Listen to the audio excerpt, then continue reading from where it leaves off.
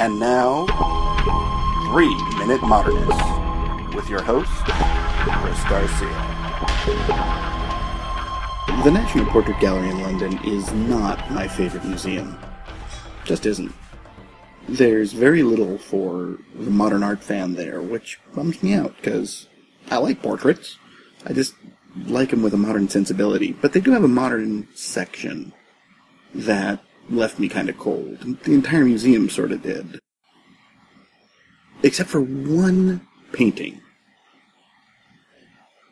And that was Thomas Inger Kennedy's portrait of Aleister Crowley. Now, Crowley may be known to you from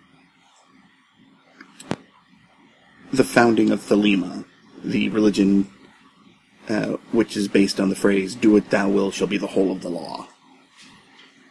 But he's better known as a mystic, as a potentially charlatan, as a figure.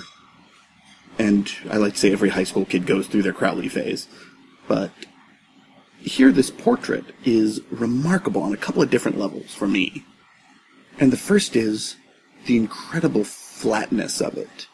And it's not quite a Laguerre or a Matisse sort of flatness. But there's very little attempt to give it depth. And you could see some of the wonderful brushwork. But what's really key about this is the pose. He's got one hand raised. He's draped in this sort of archaic-looking cloth. And he's not even looking at you, he's in profile.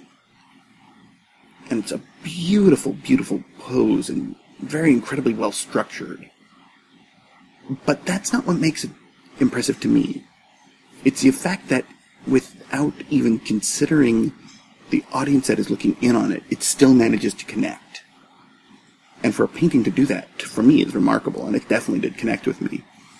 And if you look over to the sign at the side, there's a little write-up, and then at the bottom there is a thing, due to donation restrictions, do not photograph this painting. And knowing something about the somewhat non-traditional opinions of Mr. Crowley, I of course snapped a couple of pictures, because I'm 90% certain the beast would have approved.